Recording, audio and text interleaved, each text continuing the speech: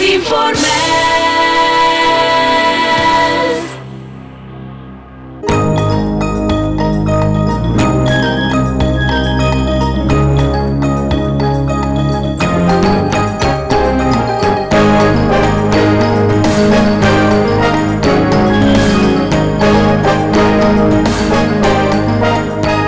Continuando con más informes en nuestra sección de entrevistas, presentamos esta noche aquí en nuestros estudios al doctor Luis María Argaña, titular del Partido Colorado y precandidato a presidente de la República. Buenas noches, doctor, muchas gracias por haber aceptado nuestra invitación y estar una vez más con nosotros hoy. Sí, una vez más tengo yo la satisfacción de compartir un intercambio de opiniones aquí contigo, Masi. Muy agradecido por la invitación. Bien, doctor, tenemos aquí en nuestra mesa de tareas este libro suyo, Un modelo de gobierno democrático para el siglo XXI, fruto de esa enriquecedora experiencia por universidades norteamericanas, dando conferencias. ¿Nos podría contar un tanto más de lo que fue aquello? Evaluar un tanto esa visita, esa experiencia a Estados Unidos. Digamos, más que interesante, apasionante y curricularmente muy importante. Porque evidentemente dictar conferencias en Georgetown University, en la American University, o en la Universidad de Florida, son cenáculos académicos demasiado importantes y trascendentes. El hecho mismo de ser invitado, independientemente de lo que uno diga o no diga ahí, ya es altamente significativo de que tienen ellos interés en conocer una opinión y un enfoque de un candidato a una presidencia del Paraguay. Bueno, a lo largo de la charla iremos comentando ciertos aspectos, más de ciertos aspectos contenidos en este libro, muy interesante por cierto. Pero entrando al terreno de la política nacional que interesa a muchísima gente, doctor, y ya definidas las posiciones para las internas de este partido, el Partido Colorado, para el mes de septiembre, específicamente el 7. ¿Cómo usted ve ese camino? ¿Será difícil para usted? ¿Será llano? ¿Triunfará usted en esas elecciones? ¿Cómo pronostica ese encuentro con septiembre, doctor Argaña? Yo creo que para todo hombre de lucha, pensar que la lucha va a ser fácil es un error que generalmente lleva al fracaso. Yo pienso que toda lucha tiene que ser difícil, hay que ponerle todo el empeño, no hay que menospreciar a las personas que son adversarias circunstanciales, cada cual tiene sus quilates propios, a veces lícitos y a veces ilícitos. ¿A qué se refiere esto último, doctor? Y hago esta distinción porque realmente yo no puedo hablar de un triunfo fácil cuando me estoy enfrentando con gente que en el 92 y 93 robaron la soberanía popular y robaron las elecciones al pueblo colorado. Gente ya amañada, gente que ahora está usando todo el poder del Estado, los bienes, las prebendas, las persecuciones, a un punto tal que prácticamente el puesto de comando del movimiento Faceti, por ejemplo, es la presidencia de la República, son todos los ministerios, las trampas están en el orden del día, del lado de UNAC y de otros movimientos se ha detectado falsificación de afiliaciones, corrupción manifiesta. Entonces, es difícil luchar en condiciones adversas. ¿Cómo le afecta electoralmente esos desprendimientos que tuvo el movimiento suyo? Bueno, dentro de un proceso de internismo se produce un poco un cambio de figuras como las nubes de verano que van cambiando de formas permanentemente. Y eso es así porque hay acomodos. Hay acomodos ya que se produjeron antes de las internas, muchas veces fundados en prebendarismo, en ventajas personales, y algunos tal vez honestamente en convicciones ideológicas. Tampoco no podemos despreciar ese elemento principista en los hombres que hacen política. Y luego también dentro del proceso de las internas hay gente que busca sus acomodos en cargos electivos, pensando que tal vez el candidato no pueda triunfar, entonces ellos aseguran su puesto a través de lugares privilegiados en elecciones de senadores, diputados. ¿Pero le afectan las deserciones? Bueno, yo diría de que, primero que son todos colorados, segundo, de que a nuestro movimiento nos ha fortalecido la salida de mucha gente, porque hemos limpiado un poco los establos de nuestro movimiento, que siempre como todo movimiento tiene una parte un poco negra, una parte que conviene depurar. Doctor, ¿qué aporta la chapa suya a la inclusión de Nicanor Duarte Frutos? ¿Cómo se llegó a ese consenso? ¿Cómo evaluaron la participación del doctor Duarte Frutos? Nosotros hicimos una evaluación muy objetiva y también subjetiva, pero hay que tener en cuenta las características de la persona. Y objetiva en el sentido que pensamos en el aporte electoral que podía significar. Hicimos prácticamente un muestreo de opinión que duró más o menos 20 días. Se aprovechó, por ejemplo, toda la Semana Santa, también salieron operadores políticos nuestros por toda la República, incluyendo la capital. Y llegamos a la conclusión de que quien representaba un perfil más interesante para presentar y defender la chapa del Movimiento de Reconciliación Colorada con sus ideales, sus principios, su mística y su lucha, era el doctor Nicanor Duarte Frutos. ¿Dónde cree usted que reside la fortaleza, la fuerza de Reconciliación Colorada? ¿Cuál es la médula, el puntal del movimiento que lidera usted, doctor? Fundamentalmente yo creo que en la honestidad de sus dirigentes, en la mística de su lucha, en la persistencia de estar 6 años en la llanura y haber sobrevivido sin prebendas, sin posibilidad de ofrecer cargos, sufriendo persecuciones, en una seca económica y una seca política, en que demasiada gente ha padecido la persecución de un Estado a cargo de un pequeño dictador que no tiene coraje para asumir realmente las responsabilidades del cargo y enfrentar los grandes problemas nacionales. Pequeño dictador, ¿por qué?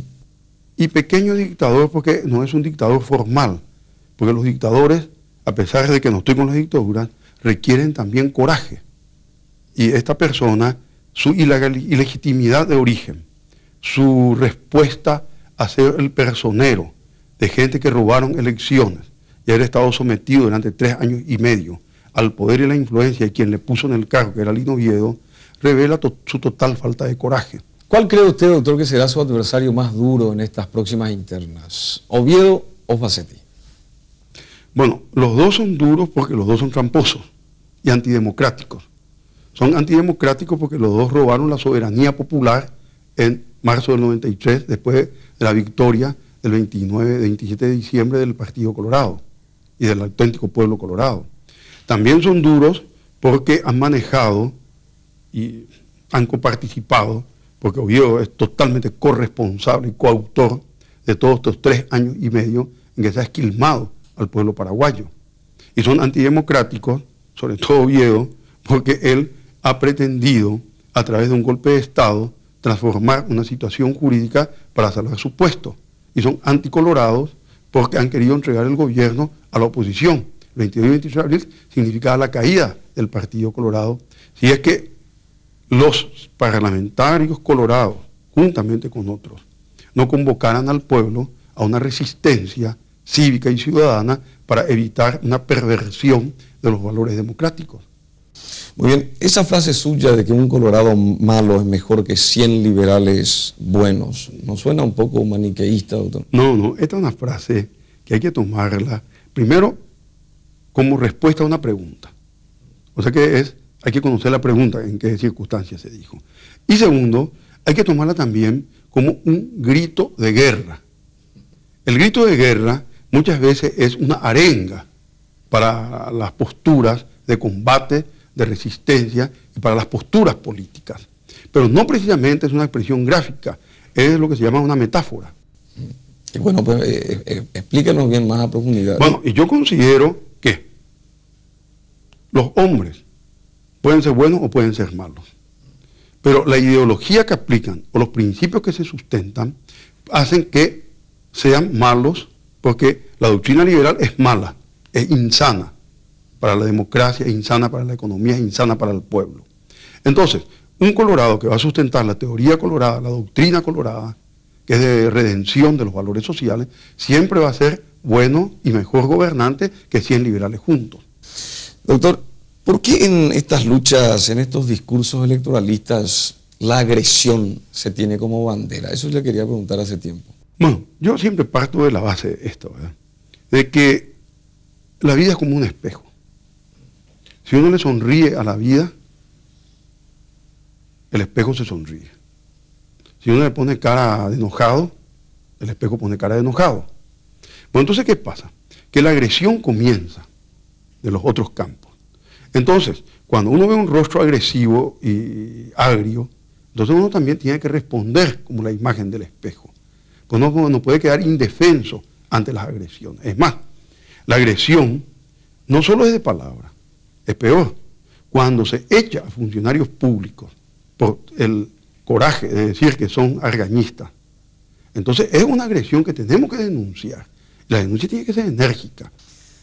Y yendo al aspecto económico de su programa, justamente en este libro suyo, ¿verdad? Un modelo de gobierno democrático para el siglo XXI. A propósito, muy interesante el título, ¿eh? Muy atractivo. Atrayente. Usted parecería plantear una reactivación gradativa o gradual. Primero en el sector primario, agrícola, digamos, y luego en el sector industrial. ¿Cómo usted explicaría? Y es verdad, porque está comprobado que las sociedades agrícolas o agropecuarias son las más pobres. Entonces nosotros tenemos que saltar de este estadio, que es hasta casi pastoril, para pasar a un estado preindustrial. No podemos hacer que nuestro país siga siendo productor de materias primas primarias. Pastoril. Entonces nosotros tenemos que pasar a un estado, no digo yo saltar a la gran industria, porque eso también sería un sueño fantástico, pero tendríamos que ir preparando, educando a nuestra gente para superar el estado agropecuario, pastoril, como dijimos, casi pastoril, para entrar en el periodo o el proceso o estadio preindustrial, de manera de ir mejorando las condiciones de vida de nuestro pueblo. Y decir que es un error entonces lo del Mercosur, así como estamos. Bueno, Mercosur yo pienso que va a ser sustituido por el ALCA, porque el ALCA realmente es un proyecto que nace en la Cumbre de Presidentes. Creo que tiene su origen en el gobierno de los Estados Unidos, no estoy muy bien informado de eso, pero usa ya lenguajes que nosotros compartimos. Por ejemplo, ya reconoce la existencia de la pobreza en Latinoamérica, que eso antes ningún documento reconocía, y es una verdad cruel en lo que la sufren. Reconoce ya la necesidad de la solidaridad entre los pueblos.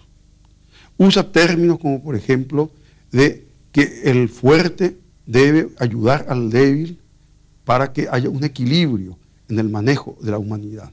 Que la igualdad de oportunidades no solamente debe ser para los hombres, sino también para los países. Y da un sentido humanista a la integración de los pueblos. Y por su libro también nos enteramos que usted se adhiere al keynesianismo, que es un poco la intervención del Estado en la producción de empleos a través de obras públicas. ¿Cómo es eso, doctor? La tesis de Keynes era que el Estado debía comprometerse a hacer obras públicas fundamentalmente para dar mano de obra. Y esas obras públicas fueron las grandes autopistas que se hicieron en Alemania y las grandes carreteras que se han hecho en todas partes del mundo, que era una forma de hacer trabajar a la gente y de paso hacer el desarrollo, pues las comunicaciones es desarrollo.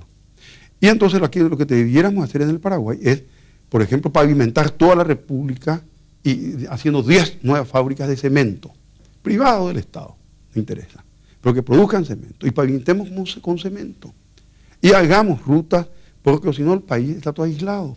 ¿Y el pensamiento ideológico suyo, doctor, tiene alguna afinidad con la socialdemocracia? Yo no soy muy partidario de dogmatizar así y encasillar a una actitud del gobernante, porque el gobernante muchas veces tiene que dejarse orientar por realidades y por un pragmatismo.